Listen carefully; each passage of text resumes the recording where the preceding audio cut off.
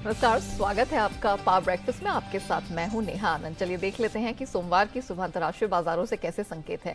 आज थोड़ी मुस्कुराने वाली बात है क्योंकि अंतर्राष्ट्रीय बाजारों के जो संकेत हैं वो हरे निशान की तरफ इशारा कर रहे हैं। एसजीएक्स निफ्टी 15,900 के करीब है। हमने 116-17 अंकों की स्ट्रेंथ के साथ इसे ट्रेड करता हुआ देखा है। डाउ नैस्डैक फ्यूचर्स की बात करें तो यहां पर भी हमने कुछ अच्छी शुरुआत होते हुए देखी है। दोनों ही इंडाइसेस हरे निशान में ट्रेड करते हुए दिखे। 23 अंक की तेजी डाउ फ्यूचर्स में दिख रही है तो नैस्डैक भी तकरीबन 48 अंक ऊपर है। वहीं एशियन मार्केट्स में भी अगर जापानीज मार्केट की बात करें, निके की बात करें तो यहां पर भी हमने 300 अंकों से अधिक का उछाल आता हुआ देखा है। All in all equity space से अच्छे संकेत हैं। कमोडिटी स्पेस की भी बात करें, इस तरह से अच्छी खासी रिकवरी हमने आते हुए देखी है, फिर चाहे वो कच्चा तेल हो या फिर सोना चांदी।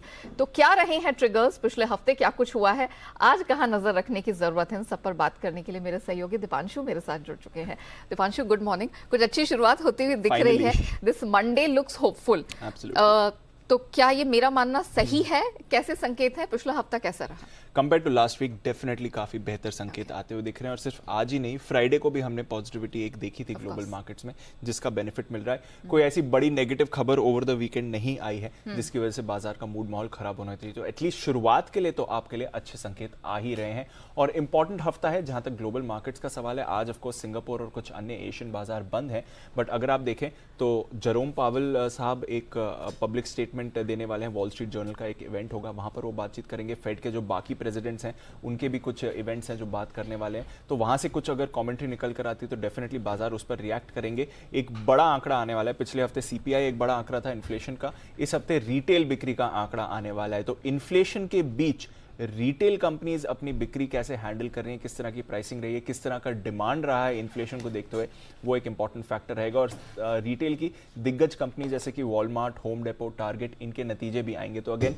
ये एक बड़ा कंज्यूमर फोकस डेटा जो यूएस से आने वाला है, हाउसिंग डेटा भी आएगा, वहां पर बाजार की नजर बनी रहेगी। जहां तक फ्राइडे के एक्शन की बात है, ऑफकोर्स एक अच्छा रिबाउंड हमने अमेरिकी बाजारों में आते हुए देखा। डाउ पर फाइनली लगातार 6 दिनों की गिरावट का जो ट्रेंड था उस पर आपने ब्रेक लगते हुए देखा है। तो ये एक अच्छा संकेत है। 450 से ज्यादा अंक बढ़कर डाउ बंद हुआ। इनफैक्ट दिन के निचले स्तरों से देखें तो 325 अंकों की रिकवरी के साथ डाउ बंद हुआ। तो ये एक अच्छा संकेत है। और डाउ फ्यूचर्स भी आज सुबह आपको पॉजिटिव ही ट्रेड करते हुए दिख रहे हैं।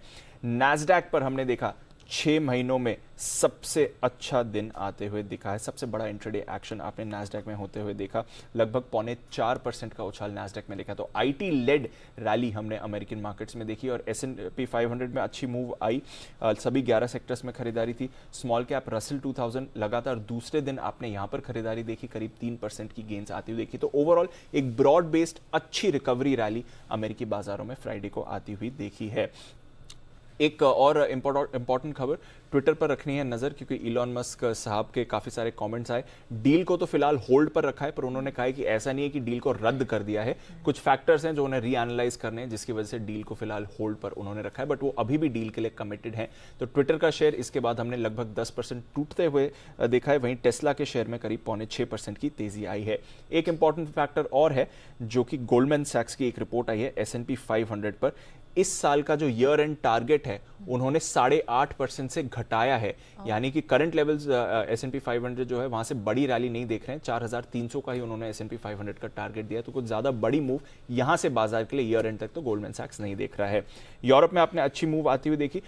एक बात और, अमेरिकी बाजारों में जो पिछला हफ्ता था, लगातार 7वें हफ्ते हमने गिरावट देखी अमेरिकी बाजारों में। और अगर आप इसको डाउ से कोरिलेट करें तो आखिरी बार जब स्ट्रेट 7 वीक्स के लिए डाउ गिरा था वो 2001 में था। यानी कि 21 साल बाद आपने 7 लगातार वीकली फॉल्स डाउ में आती हुई देखी हैं। करीब 2% नीचे था पिछले हफ्ते डाउ, 2.5% S&P 500 और 0.3% नैस्डैक फिसला। तो ये एक इंपॉर्टेंट डेटा है जहां तक मार्केट सेंटिमेंट जो पिछले कुछ हफ्तों का है वो हमें इंडिकेट कर रहा है। अदरवाइज यूरोप के बाजार ठीक ठाक थे। कच्चा तेल अगर आप देखें, फ्राइडे को एक बड़ा रिबाउंड आया था। आज सुबह भी 111-112 की रेंज में आपको ब्रेंट ट्रेड करते हुए दिख रहा है। इंपॉर्टेंट इवेंट्स यहां पर क्या हुए हैं, कल ही हमें पता चला है कि फिनलैंड जो ट्रेडिशनली एक न्यूट्रल कंट्री रहा है, अब वहां पर नेटो ज्वाइन करने के लिए वो तैयार है और साथ ही स्वीडन की सरकार जो रूलिंग गवर्नमेंट है वहां पर भी सहमति बन गई है नेटो ज्वाइन करने के लिए। तो यूक्रेन के बाद अब स्वीडन और फिनलैंड नेटो ज्वाइन करने की तरफ मूव करते हुए दिख रहे हैं और ये एक बड़ा डेवलपमेंट है। रशिया इस पर कैसे रिएक्ट करना है ये देखना आपको जरूरी रहेगा। फ्राइडे को अनिल जी इसके बारे में बात कर ही भी रहे थे।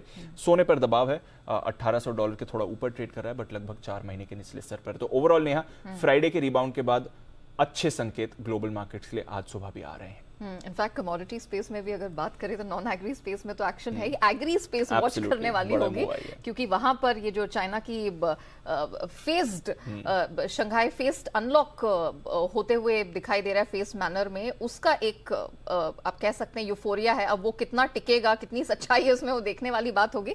लेकिन ऑफ कोर्स कमोडिटीज ने तो किया है रिएक्ट, हमारी नजर उस पर दिन भर बनी रहेगी। बहरहाल शुक्रिया आपका दीपांशु हमारे साथ जुड़ने के लिए, ग्लोबल मार्केट की वो पूरी डिटेल्स दर्शकों के सामने रखने के लिए। चलिए इससे पहले कि हम आगे बढ़ें देख लेते हैं कि शुक्रवार को संस्थागत निवेशकों की तरफ से प्रदर्शन कैसा देखने को मिला। तो हाँ, कैश स्पेस में एफआईआईज की तरफ से जो बिकवाली है वो अभी भी चिंता का कारण बनी हुई है। 3780 करोड़ की बिकवाली हमने कैश स्पेस में आते हुए देखी विदेशी संस्थागत निवेशकों की तरफ से। लेकिन उसके ठीक विपरीत डीआईआईज का लगातार सहारा बना हुआ है। 3170 करोड़ की खरीद वहां देखने को मिली। और एफएनओ स्पेस की अगर बात करें तो यहां पर भी एफआईआईज की तरफ से लगातार सपोर्ट बरकरार है। 1900 करोड़ के आसपास की खरीद हमने शुक्रवार को बनते हुए देखी है। तो ऑल इन ऑल संकेत ग्लोबल मार्केट से अच्छे निकल कर आ रहे हैं। ऐसी स्थिति में हमारे मार्केट में वो अहम ट्रेडिंग रेंज कौन सी हो सकती है और रणनीति क्या अपनानी है, इस पर बात करने के लिए जी बिजनेस के मैनेजिंग एडिटर अनिल सिंह भी हमारे साथ जुड़ चुके हैं।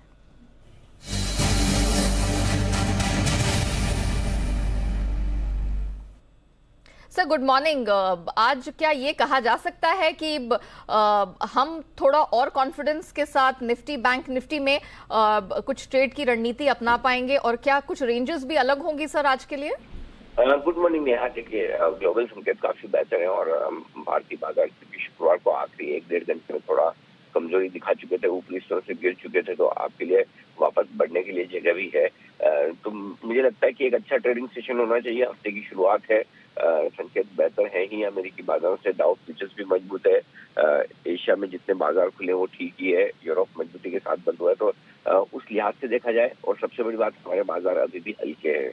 मुझे लगता है थोड़ी तेजी बननी चाहिए और जो सपोर्ट लेवल है आज के लिए निफ्टी पर वो 15,675 से 15,750 की रेंज में सपोर्ट के तौर पर काम करेगा। और अगर ज्यादा गैप से ना खुले, समझिए 100-125 पॉइंट के ऊपर खुलते हैं बाजार, तो वहां से भी थोड़ी और बढ़त बनाने की कोशिश करेंगे और जो शुक्रवार के दिन के हाई लेवल से उसकी तरफ बढ़ने की कोशिश करेंगे। तो 15,950 से 16,050 की रेंज वहां तक जाने की कोशिश बाजार में हो सकती है निफ्टी पर आज के सेशन में। एफआईआईज की तरफ से बिकवाली का आंकड़ा कैश मार्केट में है, लेकिन वायदा कारोबार में थोड़ी शॉर्ट कवरिंग के संकेत आते हुए दिखे इंडेक्स और स्टॉक फ्यूचर्स में। वो भी एक अच्छा संकेत है कि इन लेवल्स पर एफआईआईज को बेचना नहीं, हल्की फुल्की शॉर्ट कवरिंग करनी है। तो आज भी थोड़ा शॉर्ट कवरिंग का सपोर्ट मिल सकता है। बैंक निफ्टी पर अब जो आज के लिए सपोर्ट के तौर पर काम करेगा वो लेवल है 32,875 से 33,000। इस रेंज को आप सपोर्ट के तौर पर मान सकते हैं। और शुक्रवार की रेंज आप देखिए बैंक निफ्टी पर बेहद इंटरेस्टिंग है। नीचे 33,000 और ऊपर 34,000, एग्जैक्टली 1000 पॉइंट की इसी रेंज को बैंक निफ्टी ने ट्रेड किया है। ऐसे में ऊपरी स्तरों पर पहले 33,400, 33,525 ये रेंज होगी जहां पर बैंक निफ्टी जाने की कोशिश करेगा। और अगर इसको पार करके टिक गया तो फिर 33,900, 34,000 तक की फिर से यात्रा कर सकता है। तो ओवरऑल रुझान तेजी की तरफ है। बाय ऑन डिप की स्ट्रेटेजी रखनी चाहिए। दिन के दौरान जब भी आपको बीच में गैप से खुलने के बाद वापस नीचे आकर मौका मिले, बाजार में खरीदारी का मौका बन सकता है। तो थोड़े ओवरसोल्ड और हल्के बाजार हैं। ग्लोबल संकेत अच्छे हैं। एफआईआईज की बिकवाली का प्रेशर थोड़ा कम हुआ है। ऐसे में खरीदारी की स्ट्रेटेजी के साथ आज के लिए चला जा सकता है। लेकिन हाँ, उतार चढ़ाव एक ही दिन में खत्म हो जाए इसकी संभावना थोड़ी कम होती है। तो वो एक आपको थोड़ी सी सावधानी रखनी होगी। जी point taken sir, thank you so much. लेकिन जाहिर तौर पर आज बाकी दिनों के लिहाज से और पिछले हफ्ते के लिहाज से तो डेफिनेटली एक अच्छा दिन बनता दिखाई दे रहा है। मैं वो लेवल्स रिपीट कर देती हूँ। निफ्टी पर सर ने बताया 15,675 से 750, आज ये एक सपोर्ट रेंज का काम करेगा। अपसाइड में 15,950 से 16,050, ये एक रेजिस्टेंस बैंड है जो निफ्टी टेस्ट करता दिखेगा। सिमिलरली बैंक निफ्टी, यहाँ पर भी 1,000 अंकों का बड़ा दायरा है जिसमें आपको ट्रेड करने का मौका मिलेगा। 32,875 से 33,000, ये एक लेवल है जो आज तगड़ी सपोर्ट रेंज का काम करेगी। अपसाइड में जो इमीडिएट रेजिस्टेंस बैंड है वो 33,400 से 525 का है। सर का मानना है कि अगर ये डिसाइसिवली पार हो जाता है तो अगला पड़ाव बैंक निफ्टी के लिए 33,900 से 34,000 का होगा। जरूर यहां से स्ट्रेंथ दिखेगी, लेकिन सर ने कहा कि इस बात के लिए तैयार रहिए कि वोलेटिलिटी भरा सेशन आज भी रह सकता है, उठापटक रहेगी, तो उस लिहाज से आपको रहना है सतर्क। चलिए, हमने ये तो जान लिया कि ब्रॉडर मार्केट्स का मूड मिजाज कैसा रहेगा, कैसी ट्रेडिंग बैंड रहेगी, लेकिन खबरों के दम पर भी स्टॉक्स में, अलग अलग स्टॉक्स में बहुत सारा एक्शन रहने वाला है। और इसी पर बात करने के लिए मेरे सहयोगी अरमान मेरे साथ इस वक्त स्टूडियो में जुड़ चुके हैं। अरमान, गुड मॉर्निंग। पहले तो नतीजों का सीजन है, बहुत सारा हमने ड्रामा अनफोल्ड होते हुए देखा है ओवर द वीकेंड, लेकिन नंबर्स बताइए कैसे रहे हैं। सबसे पहले नतीजों में आपको निफ्टी में टेक महिंद्रा के नतीजे आए, नतीजे मिक्स्ड आते हुए दिखे। अगर आप आय देखेंगे तो आय में लगभग 6% का उछाल देखा गया। अगर डॉलर रेवेन्यू देखेंगे तो डॉलर रेवेन्यू भी 5% बढ़कर आया। वहीं अगर आप इबिट देखेंगे तो इबिट में हालांकि 5.5% की कटौती देखी गई। और अगर आप मार्जिन्स की बात करें तो मार्जिन्स भी थोड़े 14.8% से घटकर 13.2% पर आते हुए दिखे। वहीं मुनाफा अगर देखेंगे तो वो 10% बढ़कर आया। आइशर मोटर की बात करेंगे, आइशर मोटर के नतीजे अनुमान से थोड़े बेहतर आते हुए दिखे हैं। हालांकि जो रेवेन्यू है, जो आय है, वो हमारे अनुमान के मुताबिक ही थी। अगर आप आय देखेंगे तो आय में लगभग 9% का उछाल आया है। इबिटा की अगर बात करेंगे तो इबिटा में लगभग 19% का उछाल आया है। और अगर मार्जिन्स की बात करेंगे, मार्जिन्स भी 21.6% से बढ़कर 23.7% पर आते हुए दिखे हैं। और मुनाफे में भी 16% का उछाल आया है। F&O में बैंक ऑफ बड़ौदा नतीजे अच्छे आए हैं, बट प्रॉफिट और NIS स्लाइटली जो हमारा अनुमान था उससे थोड़े कमजोर आते हुए दिखे हैं। NIS जो है वो लगभग 21% बढ़कर आई है। अगर आप मुनाफे की बात करें तो कंपनी को पहले लॉस था, अब मुनाफे में आती हुई दिखी है कंपनी। और अगर आप GNPS की बात करेंगे, GNPS भी 7.3% से घटकर 6.61% पर आते हुए दिखे हैं। बालकृष्ण इंडस्ट्रीज नतीजे मिक्स्ड आते हुए दिखे हैं। अगर आप आय देखेंगे तो आय लगभग 35% बढ़कर आई है। एबिटा की बात करेंगे तो एबिटा हालांकि 8.5% घटकर आया है।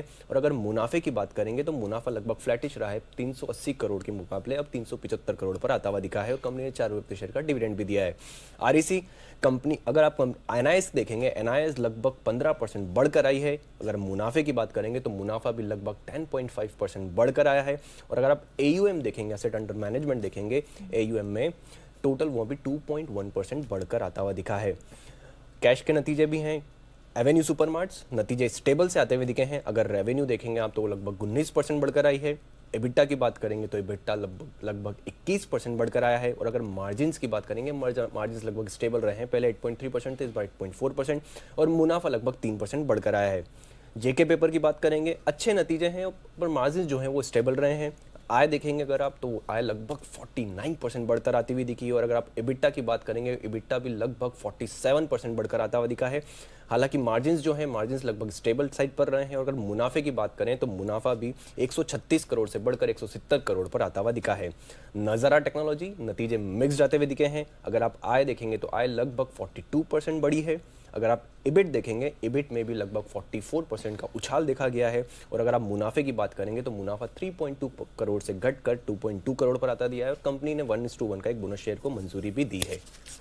ओके अरमान, ये तो आपने बता दिया कि कौन सी कंपनियों ने किस प्रकार के नतीजे जारी किए, लेकिन जरा ये भी बता दीजिए कि आज के लिए कौन से इंपॉर्टेंट ट्रिगर्स रहेंगे एंड ऑफ कोर्स अलग अलग खबरों के दम पर कौन कौन से स्टॉक्स हैं जिन पर नजर रखनी है। बिल्कुल, सबसे पहले आपको F&O में नतीजों में भारत फोर्ज पर ध्यान रखिएगा, मल्टी कमोडिटी एक्सचेंज पर ध्यान रखिएगा, पंजाब अल्केलाइंस केमिकल्स पर ध्यान रखिएगा जिसमें आज NSE पर लिस्टिंग होगी।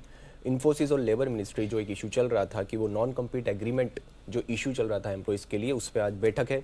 जो कुछ सिक्योरिटीज़ हैं जो ASM से बाहर निकल रही हैं उसमें इरोज इंटरनेशनल, इमेजिका, श्रादा कॉर्पकेम है। और कुछ सिक्योरिटीज़ हैं जो moving out of short term ASM से बाहर निकल रही हैं, उसमें नेटवर्क 18 और TV 18 है।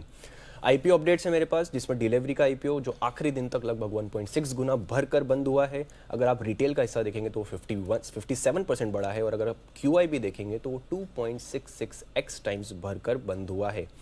वीनस पाइप्स का IPO कम से कंपैरेटिवली अगर देखा जाए तो अच्छा रिस्पांस मिला है, कुल 16.3x टाइम्स भरा है। जिसमें अगर आप QIB का पोर्शन देखेंगे तो वो 12.1 टाइम्स भरकर आया है। और अगर आप NIS देखेंगे तो उनका 15.7 टाइम्स भरकर आया है। और रिटेल ने भी अच्छा रिस्पांस दिया है, लगभग 19x टाइम्स भरा है।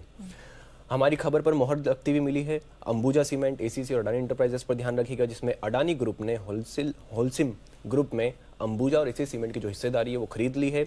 होलसेम ग्रुप की जो हिस्सेदारी थी अंबुजा सीमेंट में लगभग 63% की थी, और अगर आप एसीसी में देखेंगे तो इनडायरेक्टली और डायरेक्टली मिला के लगभग 54% की थी। और ये डील को अगर पूरा देखेंगे तो लगभग 80,000 करोड़ में डील होती हुई दिखी है। और क्योंकि इस डील के चलते ओपन ऑफर भी ट्रिगर हो गया, और कंपनी ने ओपन ऑफर का जो भाव है वो अंबुजा सीमेंट के लिए 385 रुपीज़ रखा है और एसीसी के लिए 2300 रखा है।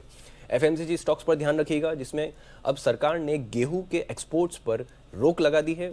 वाणिज्य मंत्रालय ने नोटिफिकेशन के जरिए ये बताया है, और अब इसका रीज़न ये था कि गेहूं और आटा का जो बढ़ती कीमतें उनको कंट्रोल करने के लिए ये उन्होंने कदम लिया है।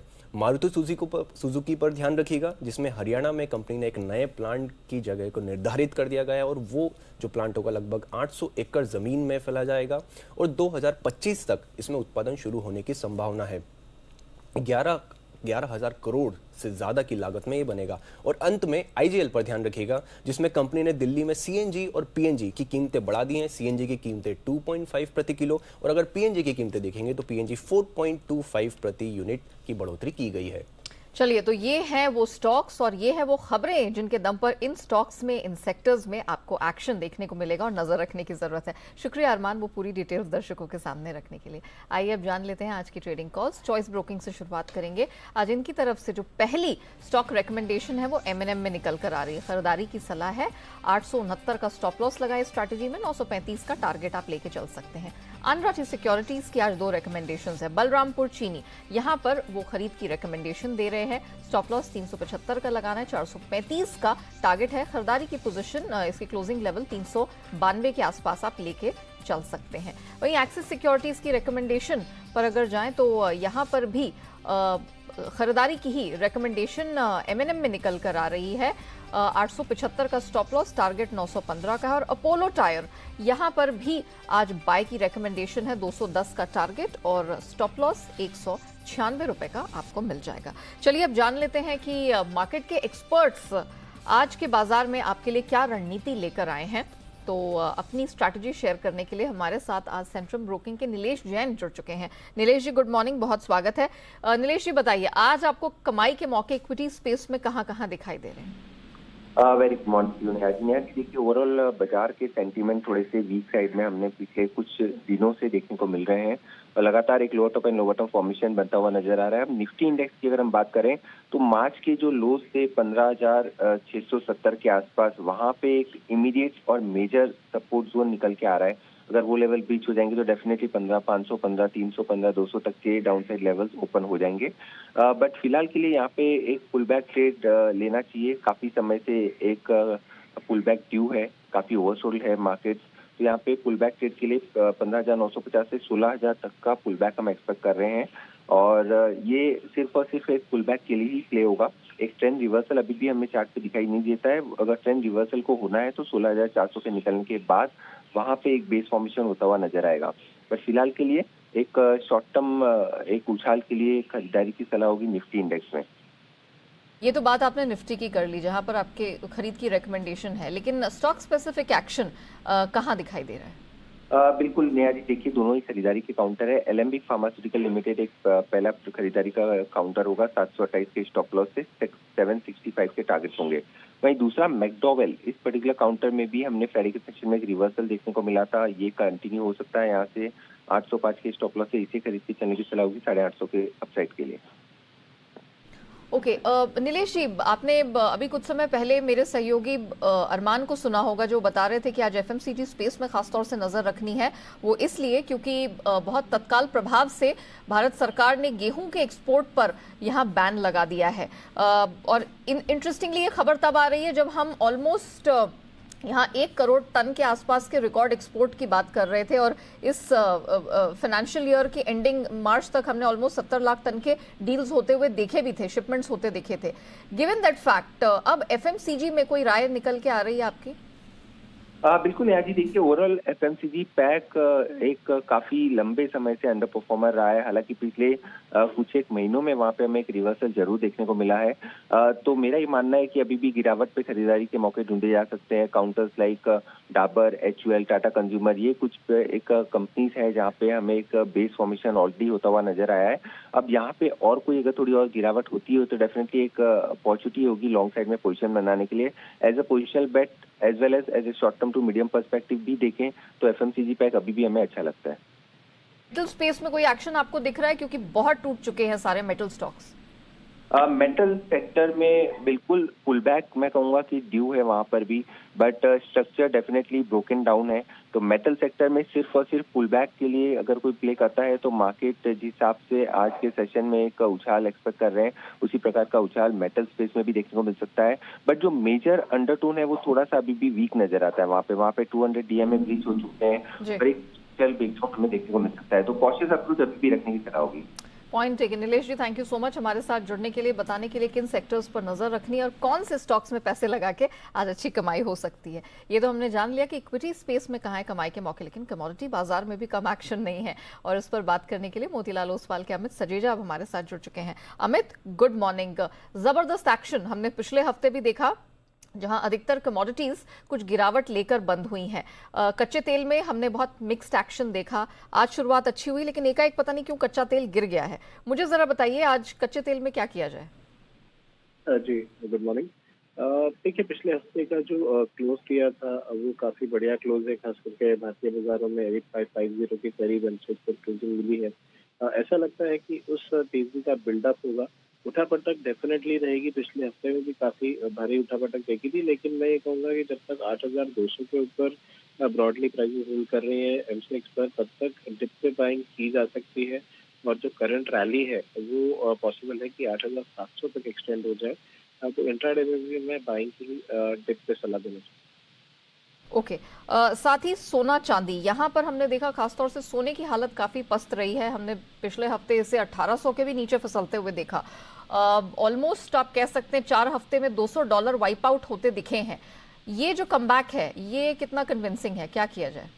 जी देखिए, डॉलर इंडेक्स में जो 20 ईयर्स का न्यू हाई बना है तो स्वाभाविक है कि कमोडिटीज में इन जनरल हमें सेलिंग का एक बायस दिखेगा।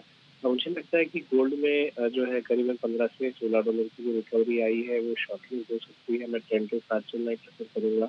$1825 यानी भारतीय बाजारों में 5100 से 200 के बीच अगर मिलता है तो अब भी बिकवाली का एक मौका होगा। मेरा मानना है कि हम दोबारा जो प्राइसेस हैं वो फिसलते हुए देखेंगे। मेटल स्पेस पे अब थोड़ा सा फोकस करेंगे। हमने देखा कि अगेन लास्ट वीक थोड़ा मिक्स्ड एक्शन देखने को मिला। कुछ मेटल्स साप्ताहिक बढ़त दिखाने में कामयाब रहे हैं, ऑल्दो मार्जिनली। मैं एल्यूमिनियम की बात कर रही हूँ।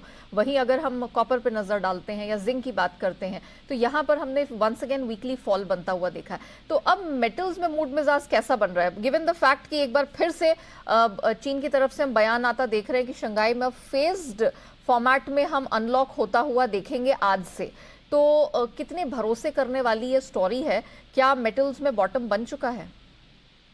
जी देखिए, बॉटम तो नहीं कहूँगा, लेकिन एक शॉर्ट टर्म बॉटम पॉसिबल है, खासकर कॉपर और एल्यूमिनियम में। मैं समझता हूँ कि 740 के नीचे भारतीय बाजारों में एमसेक्स पर ज्यादा टिकाऊ नहीं है इमीडिएट तौर पर। और जो एक अपसाइड न्यूज है हमें 775 से 780 तक आता हुआ दिख सकता है। वहीं पर एमसेक्स एल्यूमिनियम में मुझे लगता है कि 230 का एक महत्वपूर्ण सपोर्ट है। अपसाइड में 245 तक की रिलीफ रैली हमें पोजिशनली दिख सकती है। तो मैं एक रिलीफ रैली के लिए ही सही, लेकिन एक पुलबैक एक्सपेक्ट कर रहा हूँ आने वाले एक हफ्ते या 10 दिन में। हालांकि जो एक अंडरटोन रहेगी मीडियम टर्म बेसिस जो अभी सेलिंग रैली की होगी, तो उसके बाद दोबारा हम जो है वो जो फॉल है वो रिज्यूम करता हुआ देखेंगे। लेकिन हमें थैंक यू सो मच हमारे साथ जुड़ने के लिए, बताने के लिए कि नॉन एग्री स्पेस में मूड मिजाज कैसा रहेगा और कहां कहां कमाई के मौके आज बुलियन, एनर्जी और मेटल स्पेस में ढूंढने चाहिए। चलिए अब आगे बढ़ते हैं और बात करते हैं FIR यानी कि FII इन्वेस्टमेंट रिपोर्ट की। देख लेते हैं किन स्टॉक्स में आज FII ब्रोकरेज ने दाव लगाने की रिकमेंडेशन दी है। तो आज टेक महिंद्रा पर ब्रोकरेजेस की रिपोर्ट निकल कर आई है। मॉर्गन स्टैनली, इन्होंने अपना स्टैंस ओवरवेट बरकरार रखा है। टारगेट हालांकि थोड़ा सा काटा है, 1800 से घटाकर 1650 कर दिया है। नोमुरा, खरीद की पोजीशन बरकरार रखने की सलाह, टारगेट थोड़ा रिड्यूस किया, 1890 से 1720 कर दिया है। गोल्डमैन सैक्स, इनकी तरफ से न्यूट्रल स्टैंस की रिकमेंडेशन आई है, बरकरार रखा है।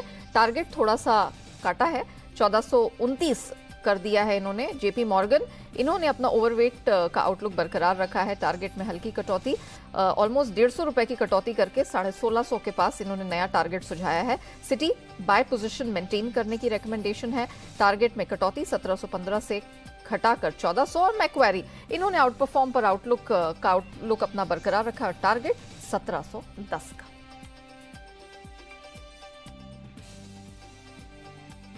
चलिए इसी के साथ पावर ब्रेकफास्ट में इतना ही। मुझे दीजिए इजाजत, लेकिन आप बने रहिएगा जी बिजनेस के साथ। ब्रेक के बाद पेश करेंगे ट्रेडर्स डायरी, जहां आपको मिलेंगे आज के लिए 20 दमदार ट्रेडिंग आइडियाज।